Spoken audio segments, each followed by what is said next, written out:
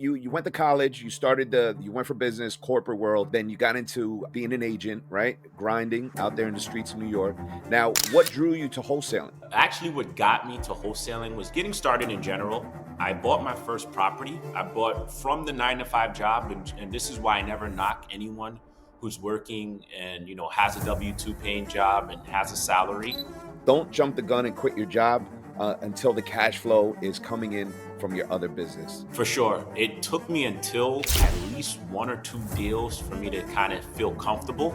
Yeah. And I actually take that back. After I left that 9 to 5 job, I had left that job and I worked for a startup company in Soho in New York City.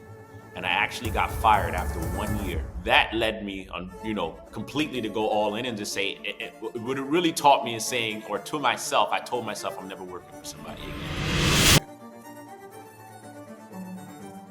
Welcome to the Investors Club podcast, and today we are thrilled to have Cliff Accime. Now, Cliff is a seasoned real estate investor with a decade of experience in the markets of North New Jersey and New York City. He founded Wealth Holdings, a firm known for its strategic wholesaling and consistent performance, closing 30 to 40 deals per year.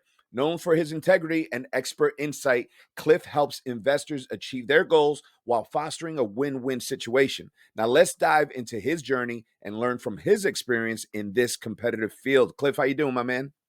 I'm doing great, man. Thanks for having me.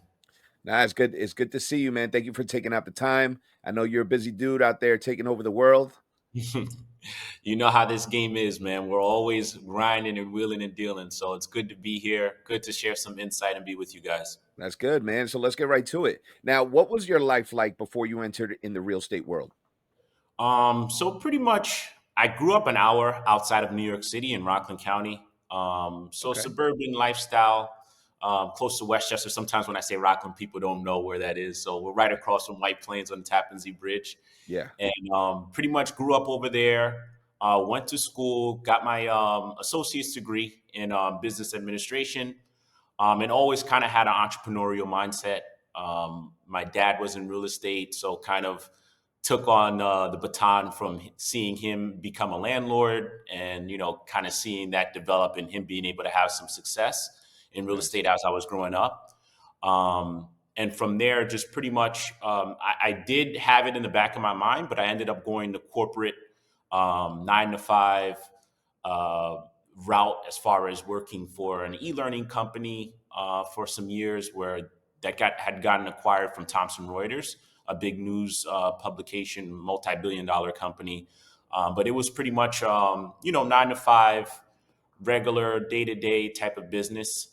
But in the back of my mind, like I said, I kind of always had that entrepreneurial bug where I always felt like I wanted to start something on my own. And real estate was always, kind of that thing where it just needed one opportunity, and that kind of led me to where I am now. Nice, man. That's awesome. So when you went to school for business in general, real estate wasn't the number one at that time. Yeah, yeah. I mean, for the most part, it was just a simple, kind of learning the basics. What is marketing? What is, pretty much the functionality of how a business is structured, and just learning the ins and outs on a basic level and just a general level. Yeah. Um, but real estate was something that I kind of felt, in my heart of hearts, even as a younger, high schooler or something like that, that it was a field that I did have some interest. I actually went and got my real estate license in New York first, um, and didn't have much success. I started off as like a rental agent, and that Okay. kind of led me to seeing, all right, I'm walking people around all these apartments, sweating, running around the entire city. I was from the burbs, so it allowed me to kind of open the door and kind of really learn the back blocks, really learn everything about the city. But at the same time, it was I didn't find my niche yet when I was in that position. So I'm glad, everything happens for a reason when you start off in certain places. So all right. So you went to college, you started the you went for business, corporate world, then you got into being an agent, right? Grinding out there in the streets of New York. Now, what drew you to wholesaling? So, actually, what got me to wholesaling was getting started in general. I bought my first property. I bought from the 9 to 5 job, and this is why I never knock anyone who's working and has a W-2 paying job and has a Mhm. salary. Yeah.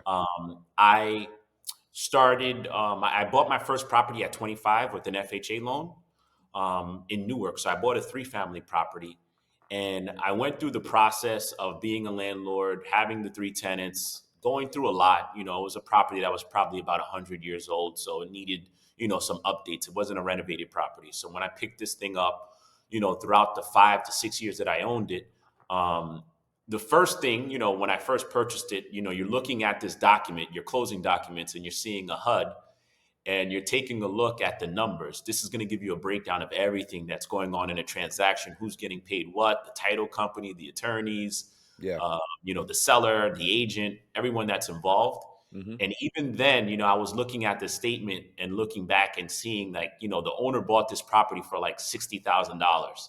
And I ended up buying this thing for 320, and there wasn't no major renovations done to it. So to make a long story short, the numbers adding up, I pretty much almost got burned. Where the person that sold it to me, they made much more on this, but it was just kind of a wake up call. I was already starting to see the seeds on places like YouTube and Google and bigger pockets where people were starting to talk about wholesaling. It wasn't as popular as it is now. Yeah. Um, and pretty much kind of identifying, what is real estate wholesaling compared to being an agent. Although they're similar, um, with putting an agreement in front of an owner and getting a property sold. Once I pinned down and I kind of started reading more while I was working on my 9 to 5, kind of just, uh, at the end of every night, just checking out information, staying up on blogs, learning everything that I could, doing my 10,000 hours of figuring out what this industry was. I ended up partnering up with a local real estate investment group called People's Capital Group with Seth. They're going to kill me for not remembering their names. Aaron Fragnito and Seth Martinez. They're still in business. Now they're doing much bigger deals, multifamily syndication stuff. Hmm. But they had a two-family property that they had sent to me, and I was just in a regular Facebook group, real estate Facebook group. So I was following along with that, and we could talk more about that as far as building relationships locally. Hmm. But I seen a deal that they had, and I went and brought an investor there, and I ended up meeting another investor while I was on the walkthrough. And I ended up having a deal for a lower price. So when I met this guy, and we still work to this day, we have a closing scheduled next week. So it's built a long-term relationship of like 7 or 8 years. Nice. But we ended up, JVing on that deal and closing on it. And from there I made $5,000. It wasn't the dollar amount, but Hmm. once I seen that I could actually partner up with these guys on this deal, make a commission from it, on my own, and building a relationship on both sides, it was a light bulb moment for me where I had that, aha, let me figure the rest of this thing out and go all in on it at that moment. Oh yeah, I know the feeling, man. Because my first check, 7,500, wasn't crazy, but I was like, oh, okay. It's possible. It took me like 3.5 weeks, maybe even less. So Yeah. I know the feeling. Now you said a lot there that I actually want to unpack. Now you mentioned W-9 job. You had a W-9 job, and that was the way that you were able to get your first investment property, correct? Yes, yes. I got, I was working probably for about 3 or 4 years for the same company. So, I had built up, the salary, the requirements that you needed, the credit requirements, the debt to income, all the things that FHA requires. Yeah. And I was able to pick this property up, and I definitely don't take it back. Although I paid at the time too much for it, because now three-family properties in Newark are north of 550, 600, $700,000 right now. In the Absolutely. area that it was, it's a little rough still, but still the values have still picked up, and that house is worth $550,000 today. Hmm. So, using that FHA loan, learning the property, learning what the boilers were, the meters, if a leak busted, I had the stress, but it really taught me, okay, this is the numbers. This is the nitty gritty that Yeah. every investor wants a wholesaler to know when you're sending out your deals to them, and understanding, I get what the numbers are behind this deal to actually deliver a good product and good property to you when you're picking this up and renovating them. Absolutely. And the reason why I ask, because I think people, when they get into wholesaling real estate in general, they want to quit their job. Little Mm. do they know that that job could be the funding that they need to take their first steps, right? Because once you quit your job, you're not bankable. Mm. Banks are not going to lend you money. They're not going to, you're not going to be able to get an FHA or any of these type of loans that can help you get started. So in the long run, yeah, if you're making more money real estate investing, wholesaling than your current job, that's a good indication that maybe you could focus 100%. But just for all the listeners out there who are just getting started in real estate, don't jump the gun and quit your job until the cash flow is coming in from your other business. For sure. It took me until at least one or two deals for me to kind of feel comfortable. Yeah. And I actually take that back because after I left that 9 to 5 job, I had left that job and I worked for a startup company in Soho in New York City. And I actually got fired after 1 year.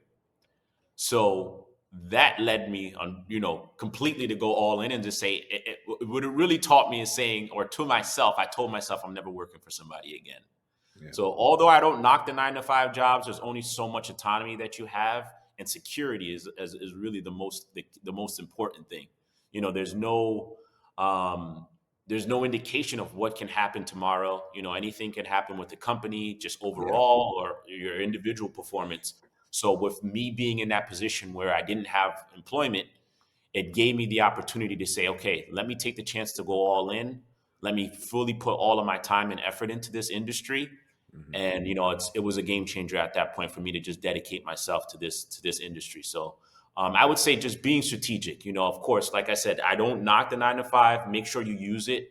Learn how a business is structured. Learn how the marketing department works.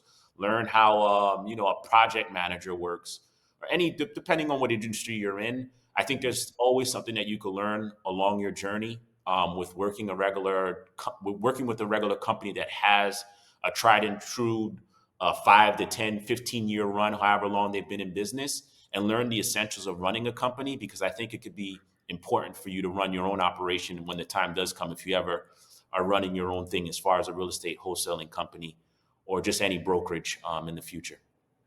Yeah, absolutely. That's good. I hope the listeners pay attention to that because you got to do a little extra work in the beginning. Yes, you're working a full time 9 to 5. Maybe you're not happy there. You reach like your capacity. You're dealing with, a boss that you don't want to deal with on a day to day basis. But at the end of the day, if you really push yourself and you're really hungry about starting this other business, and not necessarily real estate, it could be anything that you're working on the side. It could happen as long as you put in the work, right? When you're done with your 9 to 5, at 5, start working on your other business. Don't go eating and watching YouTube and becoming lazy and playing video games. No, put all that stuff away. Have your goals right in front of you and get ready to crush them as soon as you're done with work. So you got your first deal. Pretty much, you joined a group. And shout out to Seth Martinez. I know Seth. We've done some deals. Now, how did you land your first deal as a wholesaler on your own? With myself, I pretty much was doing cold calling. So there was a mix. I've done both with cold calling and text messaging. So what I was doing was I had a CRM. I particularly use REI Reply. So it's pretty much a CRM that allows you to have a variety of different services that you can have cold outreach with. Cold calling, text messaging, reaching out to owners in the area. And what I did was pretty much pull data from a database and a website called PropStream. And this allowed me to just pull a particular criteria for owners. I like to target absentee owners, owners that live out of state. They're not actually in that primary residence, and they have some equity in the property. It could be a variety of reasons of targeting these type of lists. And from there, it was a Newark property as well. I focused primarily on that area just because it just has a good amount of upside. And I ended up finding a seller for a single family property. I can't remember the numbers; it was so far back. Mhm. But essentially, what we did was we texted him first, saw that there was some interest, going back and forth. Just seeing what his motivation was, understanding why he wanted to move. From what I remember, he wanted to move to another country. So he was interested. That was actually his primary residence, though. But he wanted to move. So we ended up, locking the deal up, going under contract, and then being able to assign that contract to another investor. Mhm. and everything was able to work out. I think we closed that deal in about 30 days. But the same script as far as, actually getting this, that type of outreach to get these deals under contract is the same type of formula that I still use to this day. Wow, awesome. So you started with cold calling, and this is about, let's say, give or take 10 years ago? I would say 7. I bought my first property 10 years ago, but I started wholesaling full time about 7 years ago. Wow, that's awesome. So you've been consistent with cold calling and texting. That's been your Yes. main marketing channels. Yes. Okay, I've gotten a few from Facebook ads as well. But the two primary ones are cold calling and text messaging. okay. That's awesome, man. Because also the listeners, a lot of times, as entrepreneurs, we get the shiny object syndrome, right? Where we see something shiny and we're going to run and go get it. If you stay consistent on certain marketing channels that you're comfortable with, you will get deals, right? You just got to stay consistent. I know guys that do direct mail. They've been doing it for 15 plus years, and they're doing close to 100 deals per year, right? Cliff is an example of that. He does cold calling and texting. He's been doing it for 7 years, and he's currently doing up to 40 deals per year. Per month would be nice, but per year. All Yeah, right. we're So getting. yeah. So you just got to stay consistent on the marketing, guys. All right. Just you can't just pick a marketing and just do it for a month and just call it a day and say it doesn't work. It doesn't work that way. You got to give it at least a consistent 6 months. Consistent is the key word. Yeah. So, Cliff, what piece of advice would you offer to someone looking to break into the real estate industry? I would say it's something where you should identify, what your strengths and weaknesses are.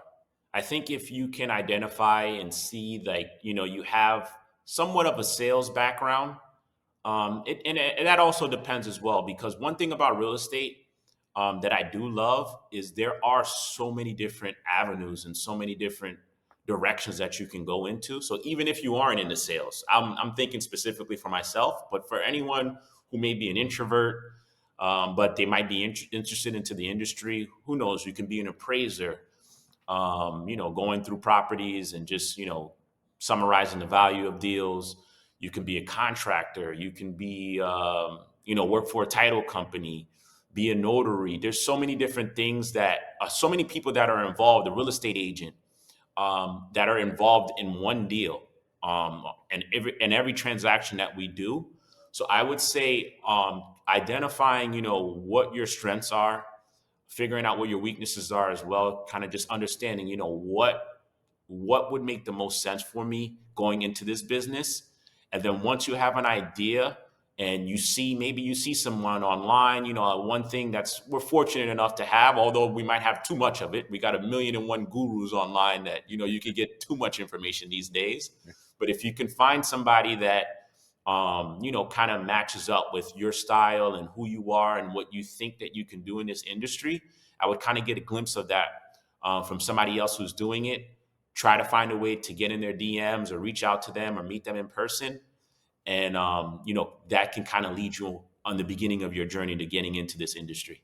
Are you tired of feeling stuck, unsure how to break into real estate investing? Or maybe you've done a few deals, but now you're struggling to scale. You've heard the success stories, you've seen other flip houses or wholesaling properties, and maybe you've even tasted some success yourself. But there's more potential and you're looking for the next step.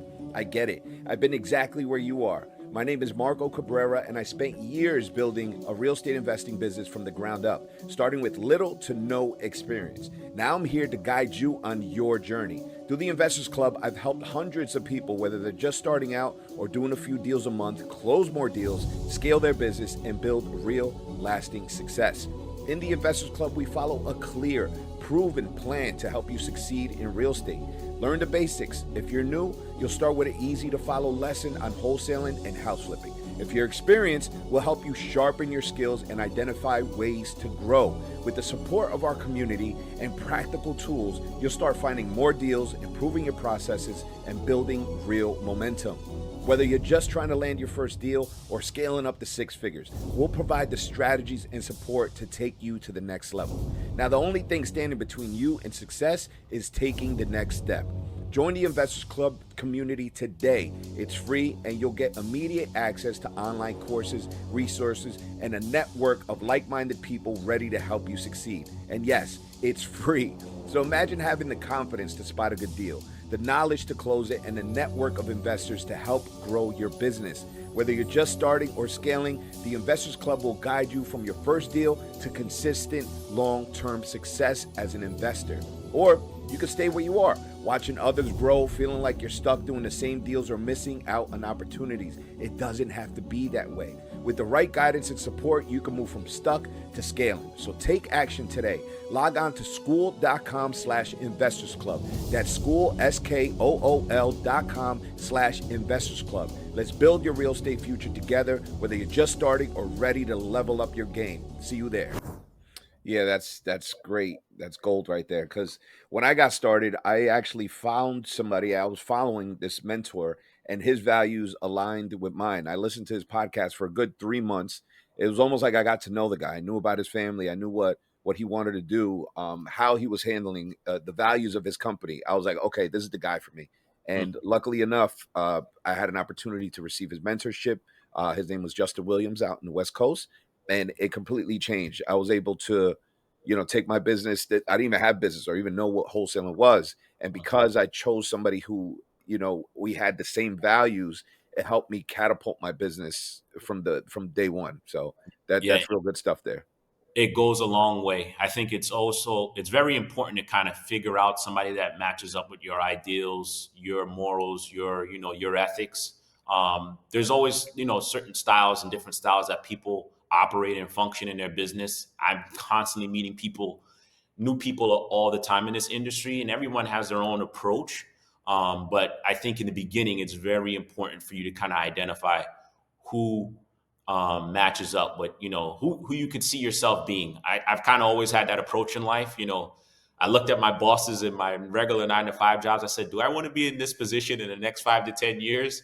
And asking myself those type of questions kind of led me in the same direction in real estate, where I said, all right, I kind of see myself being in the same shoes as a lot of these people that I'm viewing and following and want to be like.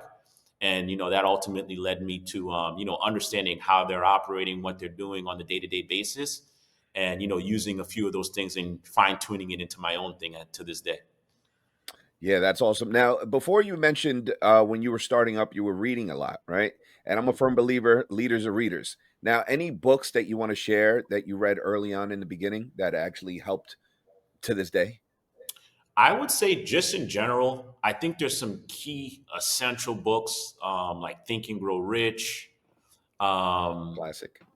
uh, I'm drawing a blank right now, but I didn't read so many real estate books. Most of my learning for real estate in particular was strictly online. I went on a lot of forums, a lot of different websites. Like I mentioned, Bigger Pockets. I haven't really seen so much of them recently in the past few years, but they were really big about 5 to 10 years ago. Mhm. But I would say I want to circle back because there's some really good books Yeah, um, that I would say just regular Rich Dad Poor Dad. A lot of of course. the real classics are Yeah, kind of really. And when I mention those books, I think it's important to understand that um, fundamentals are so important in this yeah. industry, in this business. Mindset is so important in this industry, in this business. um, you know Figuring out your why you're doing this, what you want to go into this for. A lot of people, they talk about financial freedom, building generational wealth, having the time to spend with their families, all Mm, these different mixes and formulas of different things that they aligned with real estate. But those are the type of books that I was reading, and these are the type of things that they were talking about that I could resonate with. And I said, um, what industry made the most sense, and that kind of led me to doing more of my research online after. But there's a ton. There's a wealth of knowledge in the books. I'm not much of a huge reader. I'm more of I read online. Like I read. I'm on the forums. I'm on like different Facebook groups. I'm doing that all day. I'm mhm, always looking at information in that type of format. mhm. But the books, I'm still getting used to. But those were mandatory. Like that was homework. Sorry about that. The It's all calls good. I put on do not disturb, but they're still coming in. I got some closings today. So yeah, I mean, we have a closing on it turns out that we're closing on Tuesday. Did you see that email? Yeah, yeah. We're actually, me and Marco are actually finally closing on Tuesday. Yeah. We have a deal. Where's that one at again? I can't This remember. that one is in Bloomfield. You see Endry Bloomfield. down. Oh, you can't see Endry, but she was dancing down there. Yeah, finally, Because finally. this Yeah. is a long one. Yeah. Yeah, This, yeah. Some of yeah. them, the way that this business works, I've literally had deals that have closed in 7 days. And then I've had others that closed in 6 months. Yeah. So I think it's an important lesson and something to be mindful of is you never know when your next check is going to come. It depends on everyone that's involved, the type of deal. Some things may not be in your control. Yeah. In this business, there might be a title issue that comes up that no one could be in control of, where you have the state or the local municipality where there's something, a water bill or a divorce or anything that may pop up, an inheritance Yeah. that other people need to sign off on, a wife, a husband that needs to sign off on a deed. So all these different factors that are involved, one no two deals are the same. So every deal varies. I've kind of built my tolerance up, especially with the deal that we have. Of course, we get frustrated at times, but I've built up my tolerance where I'm like, I have enough deals and things moving at the same time Yeah. where I don't get frustrated. But of course, we always want to do the best job that we can and deliver on the time frame that we can. So it's something that I'm always mindful of as well. No, yeah, I've learned to appreciate the hard times, right? I don't know if you ever seen that YouTube video, but there's I think his name is Jocko, where he's talking about his company and he's talking about like something's always going wrong. And whenever the his team runs up, they're like, oh, this is going wrong. His answer is good Mm, every time. And then one time that the guy, one of his guys was going to ask him like, hey, something, and he's like, he stopped himself and he's like, why? Tell me what's wrong. He's like, I'm not. And he's like, why not? He's like, because all you're going to say is good. mm, Now he yeah. says good because in those hard times is where you really learn about yourself. Like Mm, there's something that's going to blossom from that setback. So yeah. once you hit that wall, now you got to figure out how to climb over that wall. And there's growth not only for yourself but within the whole company as well. So as wholesalers or just real estate in general, you have to realize that you're going to run into those setbacks, you're going to run into those hurdles, and how you clear them is really going to define your business, and how fast it grows. But you said a few things before that I want to unpack. You mentioned mindset. Mindset is so important. I honestly believe if I wasn't working on my mindset and where my heart was, even physical, being in being able to maintain myself physically, I wouldn't be able to start the business and really receive from my mentor the way that I did. Right. I did like I was in a men's group. I still am in that men's group. So I was growing spiritually, physically. I had my goals set prior to starting my real estate business, and I think that really helped me just get in it and hit the ground running because my mind was in the right place, my health was in the right place. I was able to balance my life and at the same time hustle my behind off to Mm, get it off the ground and running. So mindset very important. Those books you mentioned are classics too. Think and Grow Rich, Rich Dad Poor Dad, and mm, you said another thing about you don't know when your next check is coming in mm. real estate, and that's so true. And there's another book that's really good. It's called Profit First for real estate agents or real estate investors. It really teaches you how to manage your money so you don't spend it before you make it. Yeah, yeah. All lessons that I learned. Firstly, when you mentioned the mindset, I can't stress it enough. Kind of the discipline. Another thing that I'm thankful for, like working the 9 to 5. I've kind of always had the muscle. You have to wake up, be at work at 8:30, 9 a.m., leave at six o'clock. So kind of having that discipline and kind of format as far as working for somebody else, I kind of took the mindset and approach of if I'm going to put so much time and effort into somebody else's business, why wouldn't I do the same thing for myself? Awesome. Yeah, and that's kind of like the thought process that I had. So with that in mind, I kind of just took that and ran with it. Where I'm like, even if I'm going through different adversities, you're not hitting the numbers that you need to reach for that particular month or that year. I've had years where it wasn't as great or fruitful as we're at right now, but kind of understanding what your capabilities are. I think that we have, you mentioned your faith, and it's something that you kind of have to envision for yourself. You kind of have to believe, and you got to know it. Where I know I'm going through a rough time, and I'm not hitting the numbers that I need to reach, But I think when you have a wealth of knowledge, you have the discipline, there's certain things that no one can take away from you. I think that you'll find a way in this business to pivot. Certain things can change that are beyond all of our controls. You might have different laws, you might have different things that happen in our industry where just the economy in general might have a drastic change where you're going through a 2008 2009. I'm a little too young for that era, but still, I recognize the times where the economy is not doing as well, and it also affects our day-to-day in our markets where things shut down. I did go through the COVID time frame, so there was different times in this industry where you have to be able to pivot, and mindset is one of the key essential things that you're going to need in those times for you to just remain adverse, where you're going to be able to just sustain yourself and be able to hopefully have some fun saved, like you just mentioned, not spending it all, not getting the Rolex, not getting the nice car, right when you get that first check. I don't know if you've seen the one with the video with the guy with the nice wine, and it always talks about realtors and people in real estate where they're already cashing their check before you even close. Yeah. And those are the type of things where you got to make sure you stay on top of yourself and you stay disciplined in those moments to really plan and strategize and stick to a formula to make sure that you're setting yourself up for success. Yeah, I think that's one of the most difficult things for entrepreneurs once they get that check, and sometimes it's a real big check, Mm, they spend it just as fast as it cleared in their account, for right? sure. Now, who are the 3 people who have significantly influenced, your professional path? I would say my father for sure, as I mentioned, just growing up with him. Um, I kind of had the rich dad, poor dad kind of real life experience as well. I had a mentor on the ground that was an entrepreneurial guy. He was a family friend that lived on the same street that I grew up on in Rockland County. So he was another just personal influence. And then I'm trying to think of one person that we all see online because I do follow quite a few people, but I want to give you the best one that kind of really struck it home with me. Um, I want to give somebody good. Um, we got a few. Real estate wise, there was a few guys. I think Max Maxwell. Mhm. You got a few kind of like gurus that were starting like 7, 8 years ago. You got Ryan Pineda. Yeah.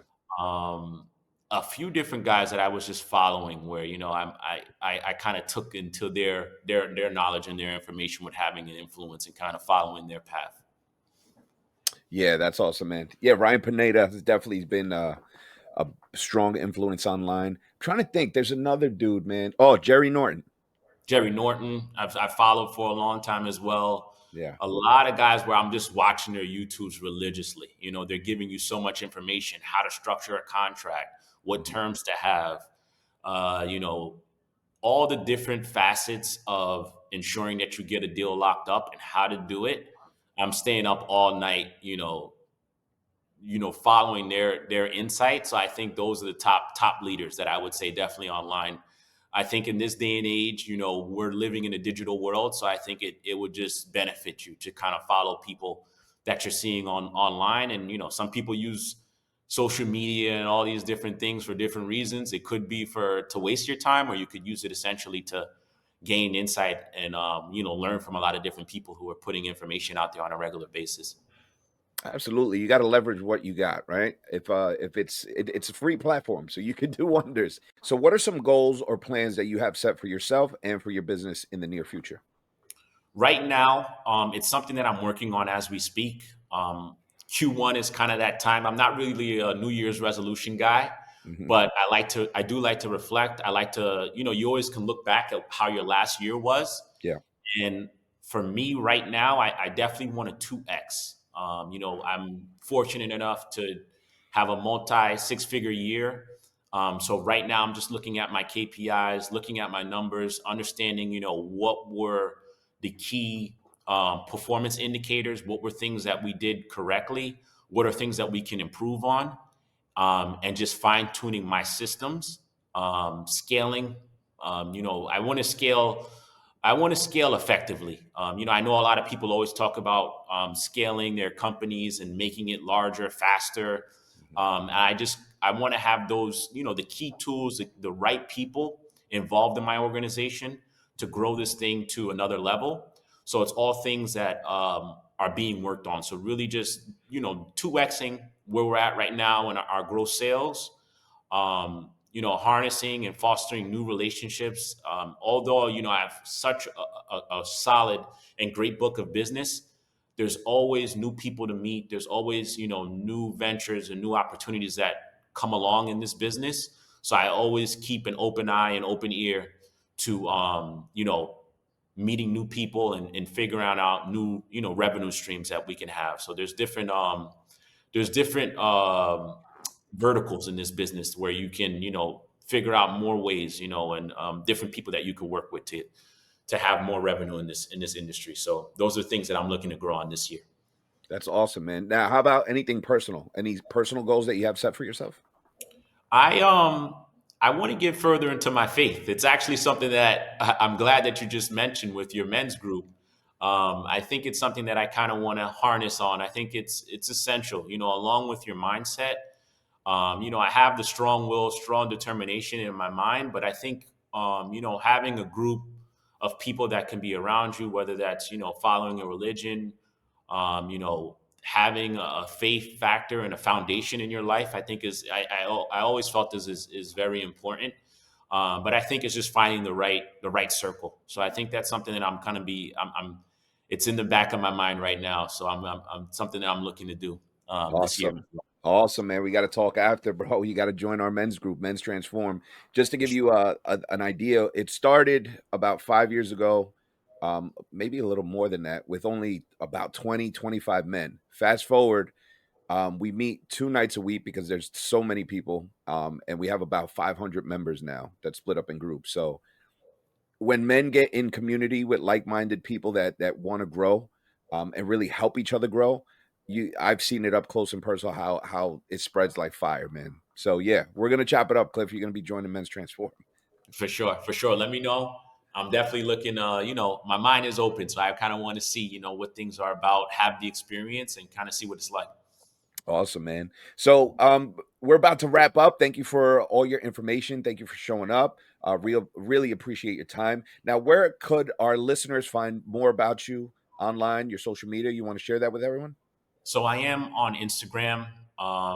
Simple, just Cliff and my last name ACC Cliff underscore ACCIME. My website is wealthholdings.co, and that'll give you just a rundown on our company and what we do. Um, and yeah, you could reach me there. From there, you could just reach out, DM me if there's anything that you want to talk about, want to collab on a deal. Pretty much one thing that I do really well is I dispo a lot of deals. Marco, on this one that we're closing, you're actually helping us with this one and closing and bringing a buyer. So Yeah, that's something that I'm usually in the seat of, but it's great to see that we could collaborate in different ways. And, when we first met, I was the one bringing a buyer. So, yeah, it yeah, all, yeah. That's right. I had the deal. You brought the buyer to our last deal. Now this one, big. but Yep. that's the importance of relationship, right? Because we never know what we're gonna need each other for, right? Sure. But we're there to support. Yeah, for sure. So, anyone that reaches out, it's definitely a case where, let's chop it up, let's talk, let's see how we can help each other, and, Mhm. take it from there. Awesome, man. Like I said before, appreciate your time. We're gonna put all his information on the show notes. Make sure you reach out to Cliff. Chop it up with him. Man. He's transparent. He's an open book, and that's what this podcast is for. This is what our community, the Investors Club, is for. Just to help new people who want to get into real estate or already in real estate grow. So let's share some information. Let's start the revolution and change the game. Again, Cliff, thank you for showing up. Appreciate you. Definitely going to have you back on the show once you 2x this year, man. That's the goal, and let's do it. It's gonna happen. 2025. I'm looking forward to it. All right, awesome. All right, guys, see you on the next episode. All right, man. Thank you. See ya.